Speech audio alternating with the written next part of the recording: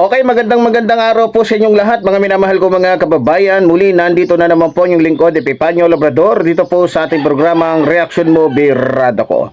At syempre, bagong lahat, mga minamahal ko mga kababayan, binabati muna po natin ang ating minamahal na Pangulong Ferdinand Marcos Jr., maging ang ating minamahal House Speaker Martin Romualdez, maging ang minamahal po natin na First Lady Liza Araneta Marcos. At syempre, binabati din po natin maging ating mga kababayan Luzon, Visayas, Mindanao na lagi po natin nakakasama sa bawat araw po na tayo po ay mayroong mga mahalagang pinag-uusapan dito po sa ating programang Reaction Mo, Birada Ko, maging ating mga kababayan sa abroad na lagi po natin nakakasama at nakakapiling dito po sa ating programa.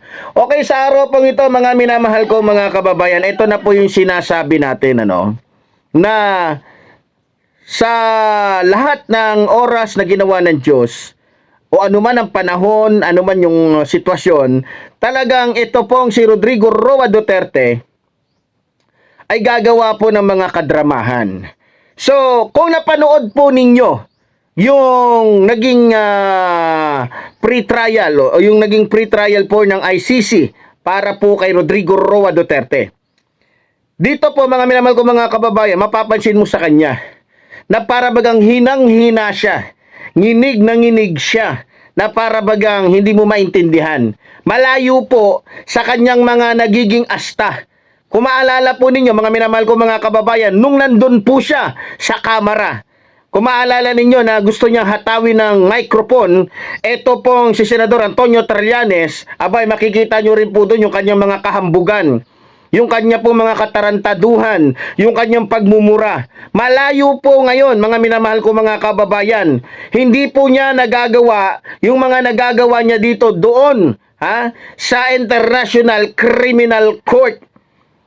Doon pinapansin ko mga minamahal ko mga kababayan, naubos, natanggal, nawala lahat ng kayabangan ni Rodrigo Roa Duterte, lalong-lalo na po yung kanyang mga kaangasan, yung kanyang kababuyan, yung kanyang kabastusan. Nawala po yung kanyang pagmumura. Nakala mo baga talagang siya na yung pinakahari, siya na yung pinaka-boss, siya na yung pinakamatapang sa buong mundo. No? So, dito mga minamahal ko mga kababayan, kukunin ko lang po yung gusto kong bigyan ng reaction yung eksenang yun, na kung saan na para bagang nakakaawa siyang tignan. Dahil hinang-hina siya, nanginginig siya. So, sinakyan po to mga minamahal ko mga kababayan ng kanyang mga tolongges, mga walang niya, mga gago, mga demonyo na mga abogadong katulad niya na kung saan ay maladyablo yung isipan. No? So, isa po sa naging pahayag po ng kanyang mga abogado o ipinahayag ng kanyang abogado sa harapan po ng korte ng ICC na gusto nilang palitawin na wala sa tamang pag-iisip ito pong si Rodrigo Roa Duterte. Yan po yung gusto nilang idiin na kung saan sinasabi nilang wala sa tamang pag-iisip kaya nakakapagsalita o nakakagawa ng mga bagay na hindi dapat ginagawa ng isang normal na tao. Ngayon, sinasabi din nila na wala sa kondisyon yung kanyang katawan o yung kanyang pangangatawan. Tatagalugin na lang po natin para po sa mga kababayan natin na hindi po masyadong sa English, So, ngayon, akala ng mga Duterte, akala ng mga abogado ng mga Duterte, akala ni Duterte mismo na yung kanyang pagiging tuso, yung kanyang pagiging tolongges, yung kanyang pagiging mautak ay magagamit pa rin niya doon sa International Criminal Court o sa harap ng mga magigiting matatalinong mga huwes na kung saan ay nakikinig at nagtatanong sa kanya, no? So, ang ginawa po ng International Criminal Court, mga minamahal kong mga kababayan, sinuri po siya para malaman kung may katotohanan ba yung sinasabi ng kanyang mga abogado. So, alam naman natin pag sinabi pong Netherlands, Pag sinabi pong Netherlands, mas high-tech, mas magaling, mas magaganda yung kanilang mga aparato para malaman kung talaga bang ang isang tao ay mayroong diferensya sa kanyang pag-iisip o sa kanyang pangangatawan. Ngayon, kumontra po at naging kontra talaga. At iba ang kinalabasan sa mga sinasabi po ng mga abogado ni Rodrigo Roa Duterte sa mga hukom doon sa International Criminal Court.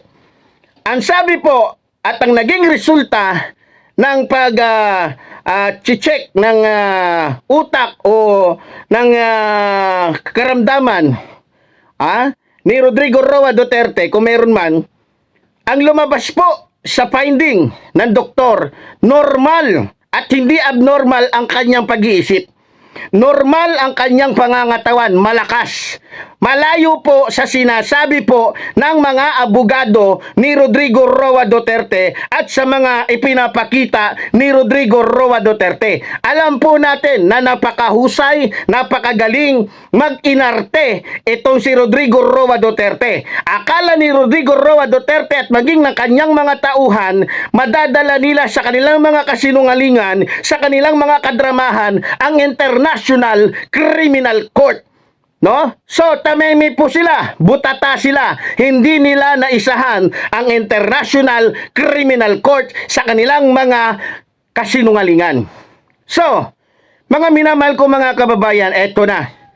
Dahil hindi sila makakalusot sa ganong mga estilo, dahil hamak naman na mahuhusay talaga ang mga judge dyan sa Netherlands, at hamak na talagang magagaling yung kanilang mga aparato para malaman kung nagsasabi ba ng totoo yung isang tao o hindi. Ngayon, dahil hindi ito umepekto, hindi tumalab sa International Criminal Court, yung mga kaartihan nila, gagawa sila ngayon ng paraan. No? At ayon pa sa mga abogado ni Rodrigo Roa Duterte, hihilingin nila sa International Criminal Court o ICC na palayain si Rodrigo Roa Duterte pansamantala sapagkat wala daw matibay na ebidensya. Sabi nyo lang yon. Pero ako na mismo ang magsasabi sa inyo ng diinan.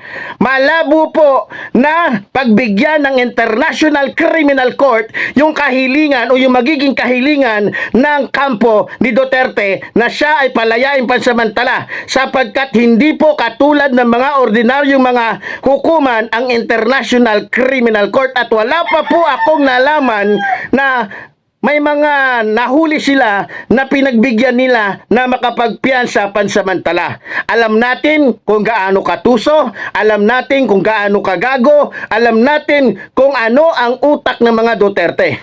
At natitiyak ko mga minamahal ko mga kababayan, nagagamitin nila ang pagkakataon na yan.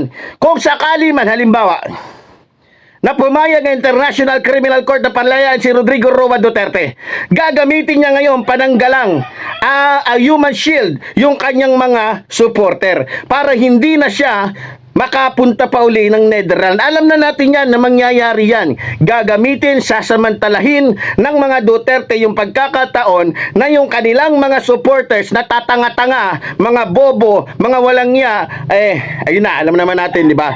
Minsan nang ginawa ng mga Duterte na ginawa nilang human shield etong mga supporter nila.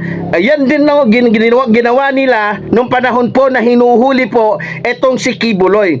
Kung maalala ninyo mga minamahal kong mga kababayan, nung hinuhuli po si Kibuloy, ang ginagamit po ni Kibuloy na isa sa kanyang mga human shield ay yung mga tao po ni Rodrigo Roa Duterte na sumusuporta sa kanya. No?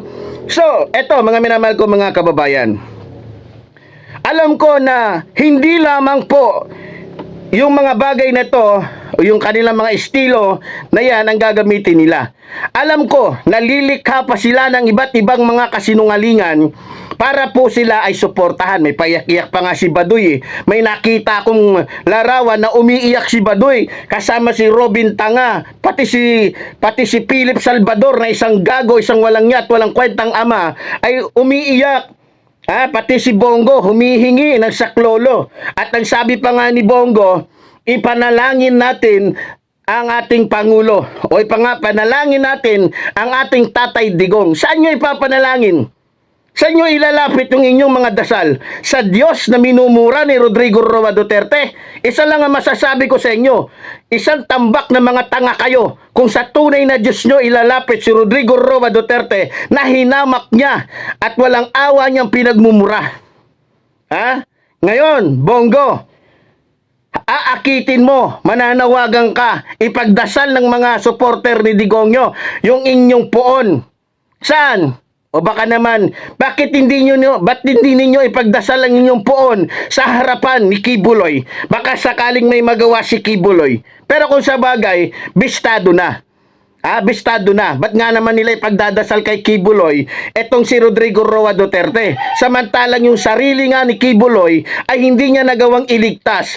Samantalang ang sarili ni Kibuloy ay hindi niya kayang patunayan na isa siyang Diyos. No? Na makapangyarihan, na may-ari talaga ng ating mga kaluluwa, na may-ari ng buong mundo. Diba? So ganun pa man mga minamahal ko mga kababayan, alam ko lilikha at lilikha sila ng iba't iba pang mga kasinungalingan para makuha po nila ang simpatya ng taong bayan. Pero ganun pa man, ganun pa man, muli ko sasabihin sa inyo, lalabas at lalabas pa rin at mananaig pa rin ang katotohanan, ang katuwiran at ang hustisya. Umiiyak yung mga supporters ni Rodrigo Roa Duterte. Pero isa lang sasabihin ko sa inyo, kung may umiiyak man ng mga Pilipino ngayon, mas marami ang natutuwa. 99% ng mga Pilipino ang natutuwa ngayon kesa sa 1% na mga Pilipino nagrarally kuno, ganito, ganyan, nagagalit dahil hinuli yung kanila. Pinapalabas pa ni Sara Duterte na kinidnap ang kanyang ama kahit hindi naman. Gustong itulak, gustong paniwalain, gustong idiin ni Sara Duterte alias Mary Ann Piatos o Mary Grace Piatos na kinidnap ang kanyang ama kahit alam naman niya na hindi dahil isa siyang abogada. Pero ganun pa man mga minamahal kong mga kababayan, kung sino man ang mas kaawa-awa ngayon at mas naging kawawa, sa totoo lang, walang iba kundi yung mga kababayan natin na kung saan ay basta na lamang pinatay. Sa totoo lang, mas kaawa-awa yung pamilya ng mga Pilipinong pinatay ni Rodrigo Roa Duterte. Si Duterte ay tao din. Katulad ng kanyang mga pinatay. Kung totoosin, kulang na kulang ang kanyang buhay para ipambayad sa 30,000 katao na pinapatay niya. Ang kaibahan nga lang ng mga taong pinapatay niya sa kanya, siya ay naging pangulo ng ating bansa. Pero kung sa harapan ng Diyos, lahat tayo ay pantay-pantay. Sapagkat kung anuman ang meron tayo, lahat yan ay galing sa Diyos. So mga minamahal kong mga kababayan, alam ko na gagawa at gagawa po ang ating mga kalaban ng iba't ibang mga fake news. Diba? Tulad ng sinabi ko, naglalabas nga sila ng ibang mga fake news. Kuno, ganito, ganyan, kuno, ganon, ganyan. Pero ganun pa man. Tulad ng sinabi ko, mananaig at mananaig ang katotohanan at ang hustisya. So, sa mga Pilipino, tayo po'y magkaisa na suportahan po natin ang ating mahal na Pangulo sa kanilang magandang ginagawa para sa ating bansa. Tulad po ng sinasabi ko mga minamahal ko mga kababayan, kapag wala ng mga Duterte, wala ng mga aso ang mga Duterte, wala ng kapangyarihan yung kanilang mga ulupong, magkakaroon na po tayo ng tunay na katahimikan, kapayapaan at tunay na kaunlaran. At makikita na natin yung tunay na pagbabago na inaasam-asam ng mga Pilipino. Kaya muli po, tulad po ng sinasabi ng inyong lingkod, mabuhay po ang ating inang bayan, mabuhay po ang nagmamahal sa ating inang bayan. Maraming salamat po.